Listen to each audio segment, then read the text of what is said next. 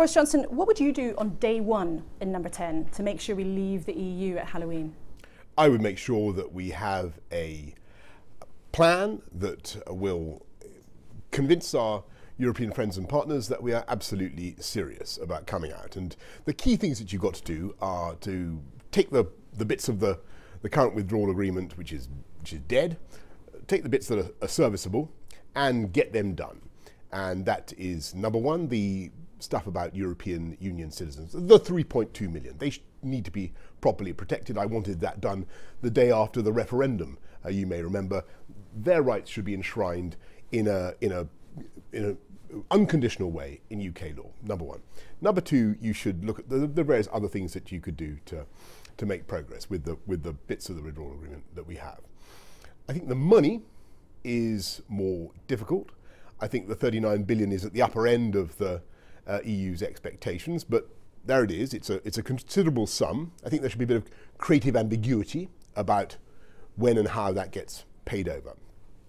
The important thing is that there should be an agreement that the solution of the border questions, the Irish border, Northern Irish border questions, and all the facilitations that we want to produce to get that done, all those issues need to be tackled on the other side of October the 31st during what's called the implementation period. But the implementation period, as it stands, is part of the withdrawal agreement. Of course. And you've said that you wouldn't sign up to a withdrawal agreement and it's dead. That's right. So those two things can't both be true. No, because you're going to need some kind of agreement, and that's certainly what I'm aiming for, in order, as you rightly say, Laura, to get an implementation period.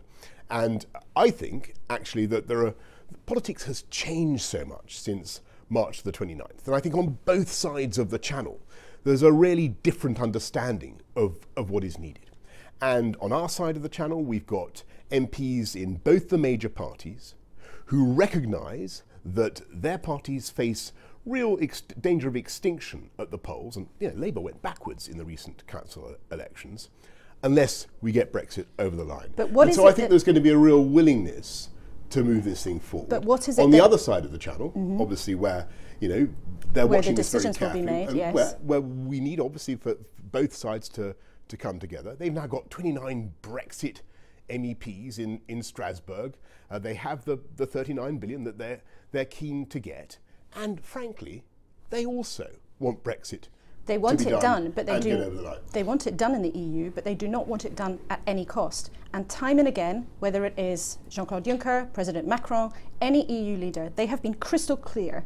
There is no kind of deal without the backstop, an insurance policy for Northern Ireland. So what evidence do you have you can get around that? Because I think that it is what those gentlemen have also said, what people have also said in all European capitals, and of course in the Commission, is that nobody wants a hard border in Northern Ireland, and indeed nobody believes that it will be necessary. And so what we need is to hold that thought, which is true, which is agreed amongst all. It's what people want, but that's very different to what people get, Boris Johnson. And make sure that we reach the solutions that are achievable, as both sides have said, as the Commission has said, the facilitations that can be reached. Make sure that we deal with the solutions to the Irish border question, and indeed all other border questions, because the Irish border question in microcosm stands for all the other facilitations that we need around the EU. But how do you do that? Because you're right, everybody wants a solution to this. Yeah. But if you want to be Prime Minister, you have to tell people how you would do it. You can't just wish it to be true. Let me tell you, there are abundant technical fixes that can be introduced to make sure that you don't have to have checks at the border. That's the crucial thing. And everybody accepts that. There are ways you can check for rules of origin, there are ways you can check for compliance with EU good standards. They don't exist yet. Well, they do but they don't exist yet. They do. But you have trusted trader schemes, you have all sorts of schemes that you can put into place. But as one big solution to the Irish border question, which, as you suggest, is absolutely at the root of this, there is no solution ready right now. You're right, Laura, that there's no single magic bullet, but what there is a wealth of experience, a wealth of solutions, and what's changed now is that there's a real positive energy about getting it done. Where's your evidence for that? And, well, because I think on both sides of the channel, there's an understanding that we have to come out, But clearly, Parliament has voted 3 times against the backstop arrangements that you rightly describe, and that present the UK and any UK government with this appalling choice of either being run by the EU whilst being outside the EU, which is plainly unacceptable, or else giving up control of the government of Northern Ireland. Well, you clearly want this to happen. There is a way forward, which I think actually, to be fair, all the candidates in the Conservative Party leadership contest broadly endorsed, which was to change the backstop, get rid of the backstop, in order to allow us to come out without this withdrawal agreement. And as far as I understand the matter, that is also the position of my remaining opponent. But Boris Johnson, everybody wants this to be sorted. Of course they do, not least the public.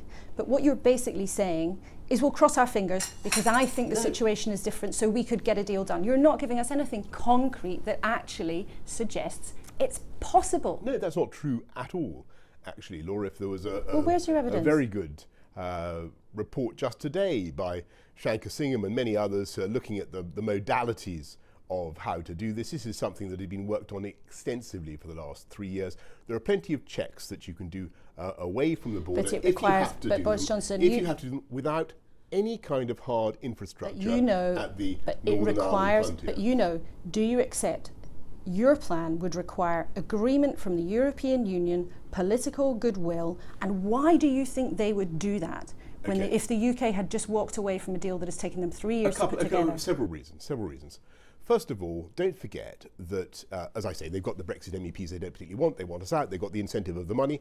You've also got to understand, Laura, that what has changed and what will be so different is that the intellectual capital that had been invested in the whole backstop had really come from the UK side. We were committed to it. We actually helped to invent it. We were the authors of our own incarceration.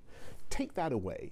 Change the approach of the UK negotiators, and you have a very different outcome. And if you can't do that, and simultaneously, of course, and you know what I'm going to say, the other tool of negotiation that you should use, not only the incentives of getting this thing done, moving it over the line, getting the money across, and all the rest, but you have the extra incentive, of course, that the UK will be ready to come out, on WTO. And if you cannot get the agreement, that sounds like you crossing your fingers. No. You are clear, we would leave, you would take us out at Halloween without a deal. An absolute guarantee? You have to be, of course. My pledge is to come out of the EU at Halloween, on the 31st of October. And the way to get our friends and partners to understand how serious we are is finally, I'm afraid, to abandon the defeatism and negativity that has enfolded us in a great cloud for so long, and to prepare confidently and seriously for a WTO or no deal outcome. Now, you've got to understand, Laura, listening to what I just said, that is not where I want us to end up. It is not where I believe for a moment we will end up. But in order to get the result that we want, in order to get the deal we need, the commonsensical protraction of the existing arrangements until such time as we have completed the free trade deal between us and the EU that will be so beneficial to both times. The commonsensical thing to do is to prepare for a WTO exit. Now, but unless you can get that deal, by March the 29th, a huge amount of work had been done, and we had made great progress. There are still, as you know, some areas that need to be completed. Some things actually where the kind of level of preparedness has slightly sunk back. And Boris Johnson, would you really be willing as Prime Minister to face the consequences of no deal, which could mean crippling tariffs on some businesses, it could mean huge uncertainty over what on earth happens at the Northern Irish border, it could mean huge uncertainty for people's livelihoods and people's real lives. Now, in the real world, as Prime Minister, I know you dispute how bad it would be, but are you willing to face the consequences of what a no deal might mean for the people of this country? In the real world, the UK government is never going to impose checks or a hard border of any kind in Northern Ireland. That's just number one. Number two, in the real world, the UK government is not going to want to impose tariffs on goods coming into the UK. But it's not just up to the UK. That's right, I'm coming it's to that not point. just up to the UK. Of course that's right, Laura. It's not just up to us. It's up to the other side as well. And there is an element, of course, a very important element of mutuality and cooperation in this. And we will be working with our friends and partners to make sure that we have an outcome that is manifestly in the interests of people, of businesses, communities on both sides of the channel. And you think you could get that through Parliament? You think you could get a no deal through Parliament? I do. Well, I do. I mean, you've got to be very clear. I think Parliament now understands that the British people want us to come out and to honour the mandate that they gave us. And I think that MPs on both sides of the House also understand that they will face mortal retribution from the electorate unless we get on and do it. And, you know, again, what has changed since March the 29th is that my beloved party is down at 17 points in the polls. Labour isn't doing much better. As I say, with superhuman incompetence, Corbyn managed to go backwards in the recent council elections. People want to get this thing done. They want to get it done sensibly. They want to get it done in a way that is generous to European Union citizens in our country, and I stress that as the first thing that we will do. And they want to get it done in a way that allows us to move on, which is what I think people are yearning for. They're yearning for this great incubus to be pitchforked off the back of British politics. They want us to get on with some fantastic things. Okay, well, let's move on, because there are plenty of things that we want to talk on. So let's move on. Can you just tell us what happened at your partner's home a couple of nights ago? I would love to tell you about all sorts of things, Laura, but I've made it a rule over many, many years, and I think you've interviewed me loads of times. I do not talk about stuff involving my family, my loved ones, and there's a very good reason for that. And that is that if you do, you drag them into things that really is not in a way that is not fair on them. But now you hope to be in number 10. Things are changing. Does your privacy mean more to you than the public's ability to trust you? Because look, part of trust is being open, it's being accountable, it's being transparent. I get that. I totally get that. But my key point, though, is that the minute you start talking about your family or your loved ones, you involve them in a debate that is, in a way, this is simply unfair. But you seem to care about your privacy. But you seem to care about your privacy so much that yesterday, a photographer or someone with a phone just happened to stumble upon you in the middle of the Sussex countryside. I mean, aren't you just trying to have this both ways? Look, I repeat my key point to you, Laura, which is that over many, many years, and you can look back at innumerable statements when I gave when I was mayor and probably before, when I just do not go into this stuff. And there's a good reason for it. Because actually I think what people want to know is what is going on with this guy. But does he, when it comes to trust or when it comes to character, all those things, does he deliver what he says he is going to deliver? Let's look at your record then. That is the key thing. Well, let's look at that then, because there are plenty of people, even in the Conservative Party, who worry that you do not stick to what you promise. Well, you said they're talking absolute nonsense. Well, look, when I was mayor of, I became mayor of London, when we said we would do something, I may say, delivered. Well, you said you would keep all ticket. You said you would keep all ticket offices open. You closed every single one. You said that you would build more affordable houses. Yes, you built more houses, but the definition of affordable housing changed. We built more. Well, that's true. You said you'd bring down rough sleeping, and the number went up. We built more affordable homes than under Labour. When you talk about the tube, we increased capacity on the tube by about 30%. We're the biggest investment in infrastructure that I think the city has seen. I pledged to reduce crime.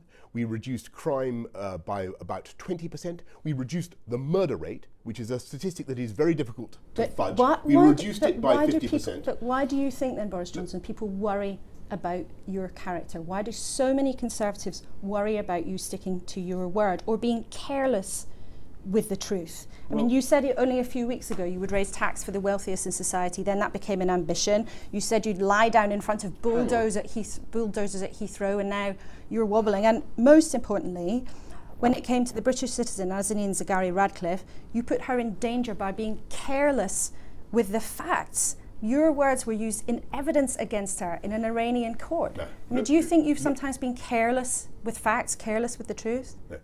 Look, on take Nazanin Zaghari Ratcliffe and the other very difficult consular cases that we have with Iran. I think, of course, people will want to point the finger of blame at me if they possibly can, but actually all that does is serve to exculpate, to lift the blame off the people who are really responsible, who are the Iranian Revolutionary Guard. And if you look at talk about the overachieving in the Foreign Office, we were told that we had to orchestrate, and we did, an international response to the poisonings by Russia in Salisbury, and we thought we would be lucky to get 30 Russian spies expelled around the world in support of the UK by other countries. We actually got 153 spies expelled around the world. I don't think there's ever been a diplomatic coup like it. But Boris Johnson, so don't look at what people say about me. Look at what I actually deliver. But so often people worry that you're just a bit scrappy with the truth, or you almost seem sometimes to enjoy offending people. I mean, do you think it would? Well, if you are Prime Minister, do you think it would be acceptable for a Prime Minister to say things like Muslim women in full veil look like bank robbers, or Commonwealth citizens are flag-waving pickaninnies? Do you think if you move into number 10, will you change? If you're lucky enough to become Prime Minister, will you be a different kind of politician? What I pledge to you, and what I think the people of this country want to hear, is that I will be a politician who sticks by what I believe in. And yes, occasionally I may say things, as I've said before, that cause offence, and I'm sorry for the offence, and I'm sorry for the offence I cause. But I will continue to speak my mind, because I think people deserve to hear what's going on in my head, and they deserve to hear my approach to things. And you talk about my commitment to delivery. Actually, look at the difficult things that I've taken on and done. Nobody thought we could win in London, either in 2008, let alone in 2012, when the Tory party was actually 17 points behind in the polls, and I overhauled that deficit. Nobody thought we could win the European Union referendum in 2016, and I played a role with others in getting that over the line. Why is it then? Do you think some people have doubts about you? Nobody thought that the Olympic Games would be a huge success. I remember the Olympic and Paralympic Games. I remember people writing them off. I remember people saying it was all going to be a fiasco. But we're very much running out of time. But and they were a fantastic success. And if I have one message, okay, about what I want to do, Laura, and forgive me, but I believe that we had an amazing success when I was Mayor of London in using infrastructure, education and technology, and bringing the greatest city on earth together and lifting people up across the city, closing the opportunity gap in London, giving people tools, whether it's better transport, better education, to take advantage of all the incredible things going on in this city. When I began, we had 4 of the 6 poorest boroughs in London. After 2 terms, we had none in the UK.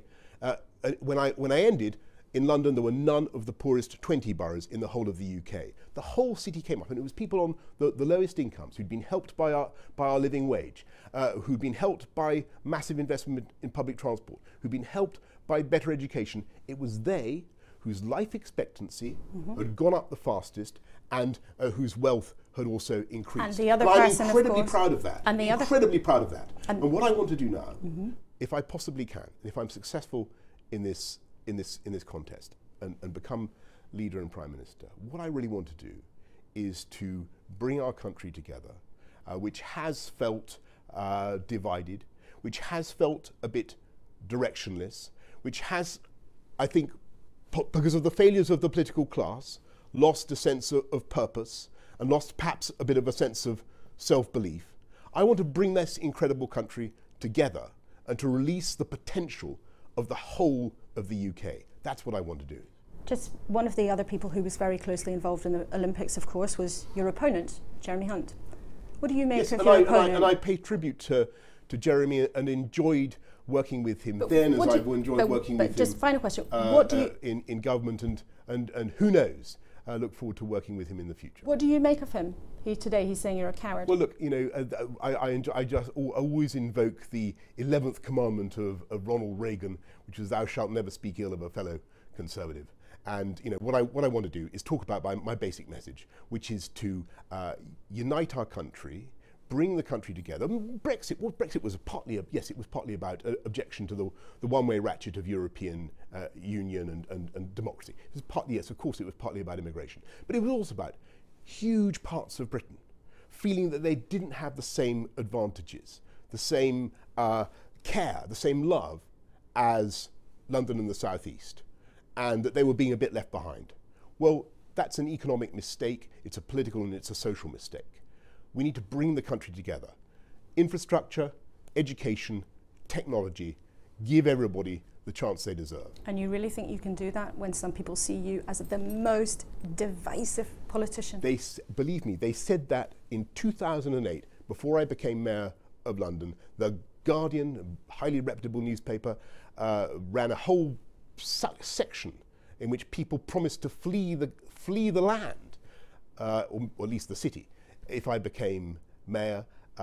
8 years later, most of them were still there. Many of them had gone on to work with me, and I had higher approval ratings by far when I left my office as mayor than when I began.